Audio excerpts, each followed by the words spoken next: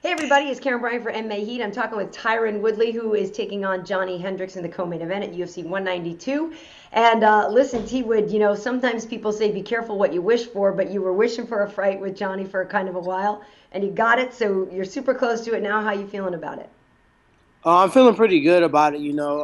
They're right, man. You got to wish what you ask for. I asked for a big, tall glass, and I'm planning on drinking it all up on October 3rd. So Yeah. he's a power puncher. He's a great wrestler. He's a gamer. He fights really hard. Mm-hmm. He's been a champion before, so he knows what it takes. I could have took a different route. I've offered some different fights. Yeah. I could have took some easier opponents or some lower ranked opponents. Nobody's really easy Right. in this division, but man, I think it's some merit to asking for the number one guy, and I've done it before.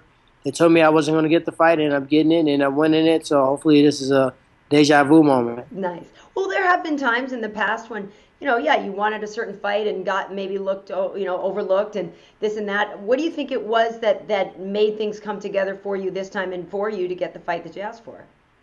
It was fortunate for me, but it's unfortunate for Johnny. I think what made this fight happen is that, they felt like Robbie Lawler and Carlos Condit would be a more, lucrative fight for, pay-per-view, and fans were pumped about it. It's hard for any of us to really outdraw Carlos. It's hard not to like the kid. He's a good He's really quiet. He fights hard. He has a great style for the sport. Blood, sweat, no matter what, he's always trying to go after you. So I think, a lot of people are, oh, man, aren't you mad about that? I'm like, I'm really not mad, because it's like I wasn't next anyway. Yeah.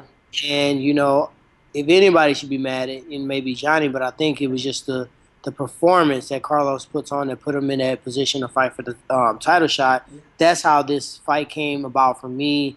And, it was fortunate for me, but obviously, as I said before, it's unfortunate for Johnny. Yeah. There's been mention of the two of you having bad blood, you and Johnny, from something that happened wrestling a long time ago. How real is that bad blood, and how emotional are you, leading into this fight with him?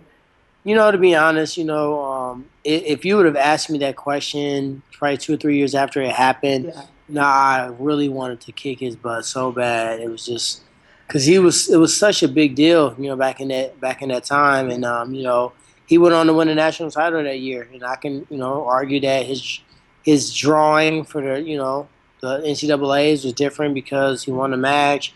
But it's really sounding like I'm crying over spilled milk when I'm really kind of over it.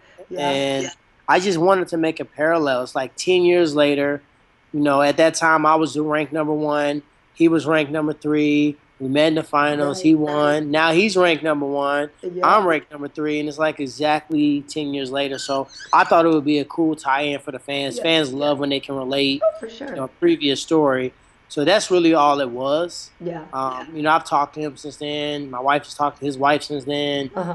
We actually hung out for like an hour at the fight week. Oh, yeah. Okay, cool. He's smart enough to know what I'm trying to do. Yeah. And, I think he knows I respect him. And, I know the type of fighter he is. Right. And it was that he said you fish hooked him or something, right? So you lost a point? No, I was going for a takedown. Like we were tied up. And Yeah. it was like the end of the second round. It was a big match. So usually you see wrestlers a little bit more conservative. And I shot in on the shot. And then I was, trying to take him down. And I was in a weird spot. So, like, if I would have let it go, it would allow him to advance the score. Yeah. So I had to just hold on to it. Like, not that great of a takedown, but Yeah. I had to hold on to it so I didn't get taken down. And he was digging, like, he dug like 3 fingers in my mouth. Oh. One is nasty. You've been touching those masks, wrestling, Yeah. and I guess I bit him. Oh, okay. But I'm like, what move is taught by a coach that requires you to put 3 fingers, like 2 to 3 inches deep in someone's mouth? So, he just was kind of known for being a whiner. It's been several big matches, like the NCAA finals that year. A buddy of mine wrestled him in the quarterfinals of NCAA's. Another guy from American University got hit with stalling as he was taking shots on Johnny. So it's not the first match. Yeah. It's been like 4 or 5 matches that were big, pivotal matches that everybody complained about him whining and crying to the judges. So it was kind of his MO. And he didn't need to, man. He was a freaking stud. He beat most of his guys. So it's almost like you don't need to do it. Why are you freaking whining? Right. Well, how do you make, what do you make of this matchup? You know, a lot of time when we hear two wrestlers meeting each other, they have a stand-up fight, and I know your game has evolved a lot. You're not just a wrestler, but you have obviously a very good base in that. So how do you see it playing out? You know, everybody talks so much about his left hand. You know, clearly you need to avoid that, but stylistically, how are you going to face him? You know, I think a lot of people don't realize that Johny Hendricks was a great wrestler. He was a great clutch wrestler, meaning that um, he wrestled at the highest level Mm-hmm. when it counted. Yeah. But he's never a guy that's been this crazy takedown machine where Mm-hmm. he had all these crazy onslaughts of takedowns. He's never shot on my leg and grabbed my leg and taken me down. He took me down in that match we watched, but it was off of one of my attempts. Mm-hmm. So even without knees, elbows, punches, angles, lateral motion, he's never shot and taken me down. Mm-hmm. So it's going to be hard for him to take me down with just wrestling. Yeah. You know, what happens when you add speed, power, hard punches and threats of knees and elbows. So I think Mm-hmm. it's going to be hard for him to take me down. And I'm going to use that knowledge to allow me to take my risk, a step forward. Mm-hmm. You know, he does a lot of damage when he's far away. Mm-hmm. And he closed that gap real quick. But, up close, it's almost like he plays his pity pat game. Like him and Robbie just stood there and kind of pity pat. Yeah. So I don't want to be in either one of those. I don't want to be in the pity pat war where you trade shots. And I don't want to be so far away where he can look relaxed and all of a sudden explode. So Mm-hmm. I'm going to find a happy medium, and I'm going to get in there and exploit and get out, do that back and forth, and really look to frustrate him. Nice. Well, we know that you beat Stun Gun and Kelvin Gastelum since the fight with Rory, and I feel like this is one thing that people will critique you about is they'll say, oh, well, when it really counted, Tyron didn't show up, and the one with Rory, It always counts. What's that? It always counts. Well, right. Okay, so looking back on that now, and now you've got a great fight. You're fighting the number one guy. You've got 2 wins under your belt here. But when you look back now at the Rory situation, can you recognize what wasn't right that night and how you were able to overcome that? Yeah, well, the first thing to address is that our fans in general become sound bites. Yeah. So if Dana White says, "Hey, Tyron chokes in big fights," then it echoes, and then people say it almost as if it's the law, Right. or they stated it themselves originally. So that's where that stems from. I've only been in one fight that can technically be named as the number one contendership fight. Mm-hmm. And even that week of the fight, it was told to me and Rory by Dana White that Matt Brown and Robbie Lawler were getting the title shot. So Right. technically, I've never been in the number one contender fight. Okay. But I do believe Koscheck, when I beat Koscheck, he had lost to Robbie Lawler, got in a bad situation. But before then, nobody had made him go stiff Mm-hmm. and really knocked him out like I had. And he had fought for a world title before, and he was almost a lineal top 10 member of the welterweight division. And the same thing with Carlos Condit. So I don't understand how those aren't defined as big fights. Carlos Condit was ranked, number 2, but it was no champion. So according to the way that we have our rankings now, he would have been number 1 because it was only Johnny above him. So, But Tyron, you didn't really beat Carlos. Oh yeah, I sure did. And he slipped on a banana peel, and he would have came back and Totally. had 100% takedown defense when he was at 100% getting taken out every time I blew a deep gust of wind on him. I just don't think Carlos will ever beat me. It's just that style matchup. I think he has a great style. I actually like Carlos. He's probably one of my favorite fighters to actually watch. He's great. But he is too damn slow. He don't punch hard enough. He can't take me down, and he has a very hard time taking me down, and he is not going to submit me. So therefore, if I want to make it the boringest fight on earth, I can take him down until I turn blue in the face. Yeah. And he just doesn't. The only threat he poses to you is that he's damn, what is it called? He's persistent as hell. Yeah. And he comes forward. He throws a lot of volume, but there's no punches that come towards my face that makes me think, oh man, this might knock me out. Every punch I throw towards him can make him feel uncomfortable, and it can take him out of his rhythm. So with that said, I think style-wise, I'm just a very bad matchup for him. Even at the weigh-ins, I can look him in the eyes, and he just didn't have the Rubik's Cube figured out. He didn't have Tyron Woodley figured out. It's almost like he was telling me I'm too much for him. He hadn't figured me out yet. And, I think he still hasn't figured me out unless he, dedicated his life to, increasing his power in wrestling, which I don't think he has. I think Johny is a tougher matchup. I think I'm a tougher matchup for Johny as well as anybody else he's faced. And we'll see what happens on October. But I got a real good feeling about this one, man. I've been training my butt off, and I'm just at peace. My weight's great, my mind's great, and I just don't soak in all of that. Well, Tyron Woodley, big fights, and he not whatever. Whatever. Well, the other thing too now is that you're Hollywood. You've been in, that new movie. You got this coming up. You're hanging with NWA. You're over here. Legitimately, you are doing more things now outside of the Octagon. Any of those been a distraction? Any of those things made you feel like, hey, when I'm done fighting, this is actually a legit next step for me? For sure. All those things are seeds planted now. I'm always on that borderline to make sure that I'm not giving so much attention to it now, because if I do that, we've seen in the past, Rampage and Kung Lee and other athletes that were getting some film, opportunities. They really started focusing too much on the film, and it took away. You can say you're training twice a day, but when you're in those long shoots and overtime and doing all these things like that, you just don't have the energy to give to your training as you should. So with that said, I do movies in between fights. Right when I finish this fight, I got a couple movies I'm doing, one in LA, one in India. So I'm excited, but I'm kind of hurt. Might not be the greatest smell over there. They have some cleanliness issues. I'll just say that in certain. I don't want to disinfect anybody's culture. Right. No, and I've not been there to know this firsthand, but just from watching Vice or watching different things, I've been a little made nervous. And I love Indian food. Believe me, that's like a place. If I was taking a stomach tour of the world, that's right up there on the list. I got a couple of weeks there, and then I just, man, you never know in this sport. Yeah. So I got some different opportunities, and I kind of just gave a soft yes. Yeah. But who's fighting in January? Who knows?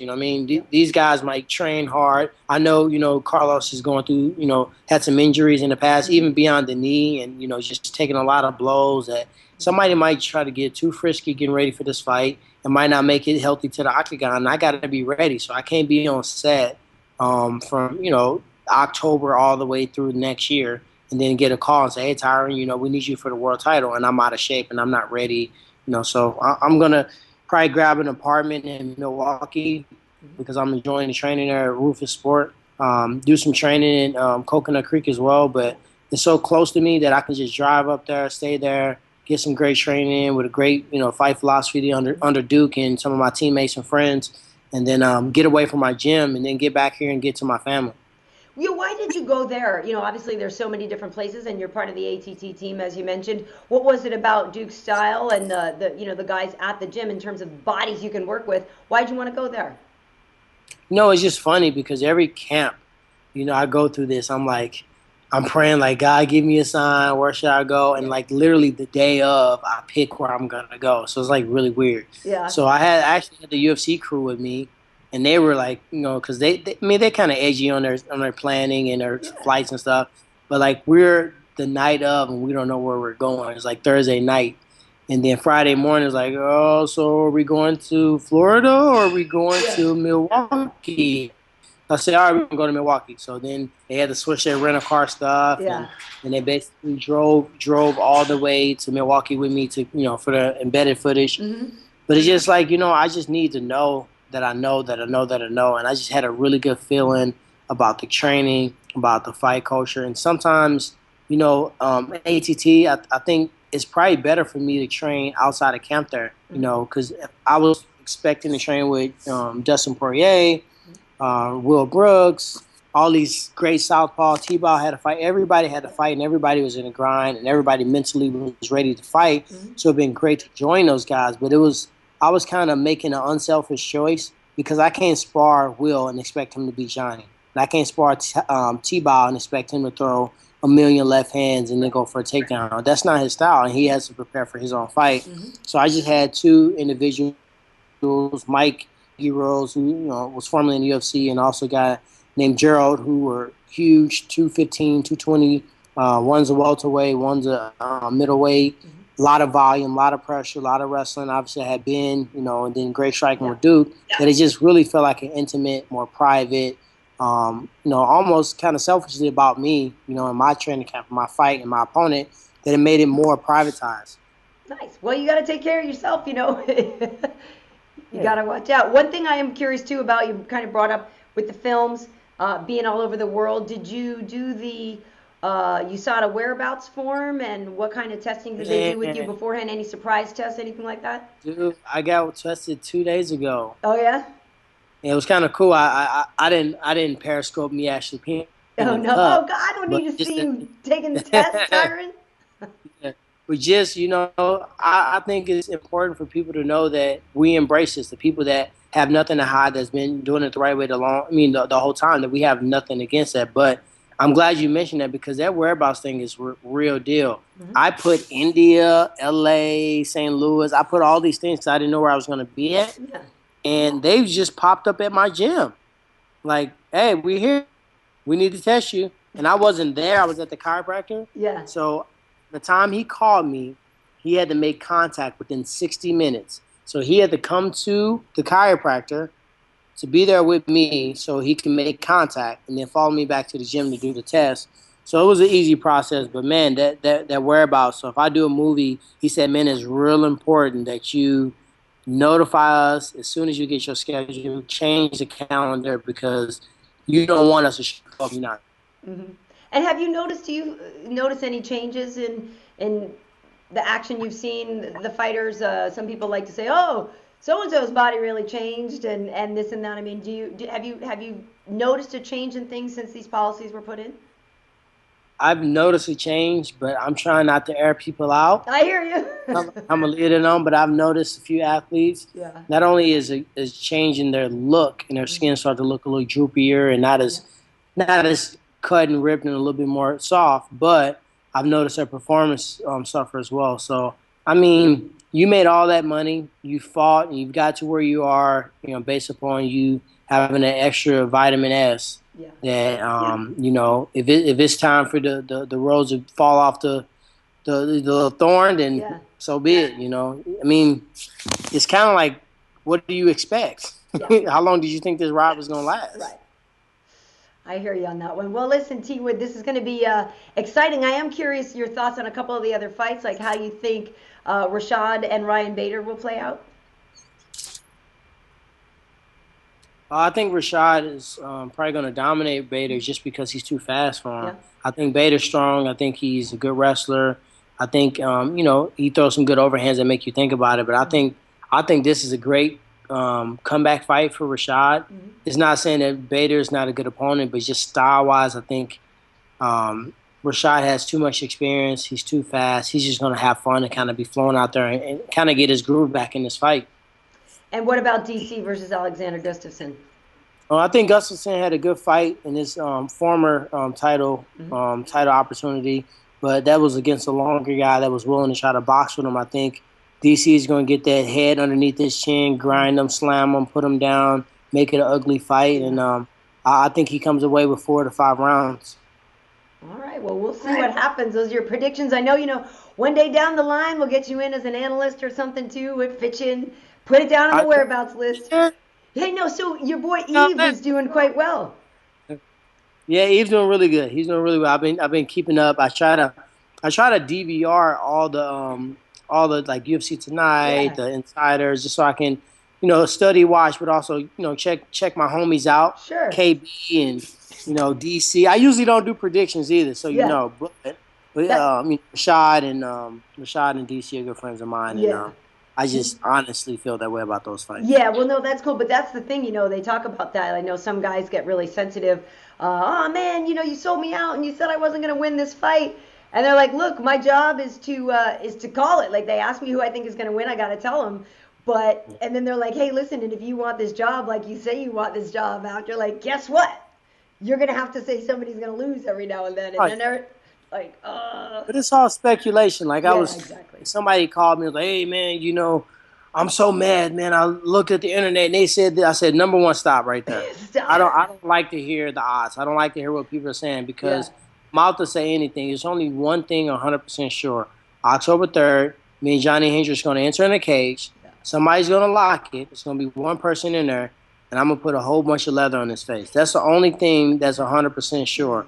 Yeah. The win, the victory, the odds, what they done in the previous fight, none of that stuff matters. So as fighters, we also got to have a little tougher skin and just, really take a couple of weeks off social media. It's not going to kill you. Have somebody do it for you, and then focus on the fight and not read what people say. Awesome. Well, congratulations on your new gym there. It looks pretty great. Thank you. And are you heading out to Texas tonight or tomorrow? Tomorrow. Yeah, I leave tomorrow. So I got 2 more workouts here. One tonight, one in the morning, and I'm over and out. Nice. Well, when you do make it out to LA, if you're down with the 8711 people, I would love to come down and film with you there if they let us. So. Oh, for sure. Awesome. They're bringing me in for a couple of projects, so I'm not hating on them. Way to go! I love it. Well, thanks for taking the time out today, T. Wood, and really looking forward to your fight. I know it's going to be great. All right, thank you. Appreciate it. Thanks. Bye-bye.